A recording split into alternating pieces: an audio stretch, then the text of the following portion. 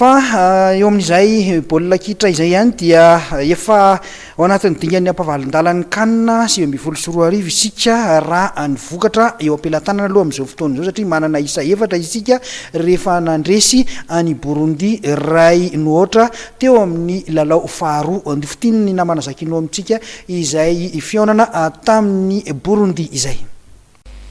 Mipetraka eo amin'ny larana faharovonjy maika ao amin'ny vondrona be misy azy ny BAREA Madagasikara amin'ny kanina 7-4 taona Egypte. Izany dia taorian'ny fandresena azo tamin'ny saraina ohatra nanoloana ekipa pirenen'i Burundi ny Alakamisy hariva teo atao amin'ny kianjan'ny Alexandrie. Baolina tokana tafiditra Marco le maharitra tamin'ny alalan'ny coup franc tsara-petraka teo amin'ny minitra 5-7 ary rehefa nanao fahadisoana tamin'ny vavy Paulin teo ampidirana ny faritry ny 9 metatra ny vodilaran'ny Burundi. I Paulin izay nisolo ny toeran'ny Carolus teo amin'ny fanombohan'ny fizara-potoana hafaroa. Azo lazaina ho naomby arak'izany ny tetikadiny Nicolas Dupuis. Taorian'ny vokatra tsara azony iny dia efa any amin'ny dingan'ny ampahavalon-dalan'ny ny tongotr'ilan'nybarean'i Madagasikara. Nahoana tokoa mantsy ny vokatra azon'ny BAREA amin'ny fionan'ny farany amin'ny Nigeria androany alahady 3 Jona dia hiakatra amin'ny dingana manaraka izy ireo. Ka sanatrika resin'ny Nigeria malagasy amin'io andro farany io ka ivoaka ho mpandesy ihany koa i Guinée manoloana amin'ny Burundi amin'ny lalao ilany dia ho isan'ireo ekipa efatra tafiditra ao anatin'ny meilleur 3e ekipa amin'ny BAREA.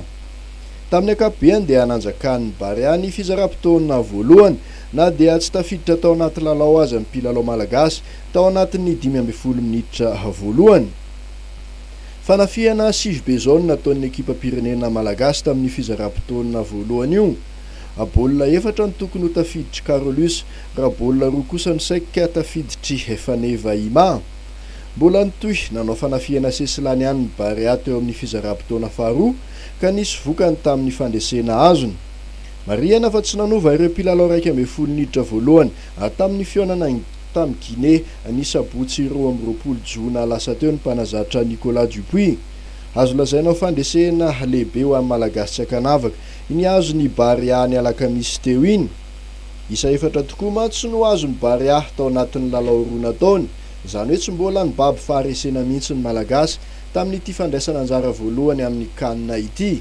Ny faniriany rehetra dia nitohizany izany fahombiazana izany.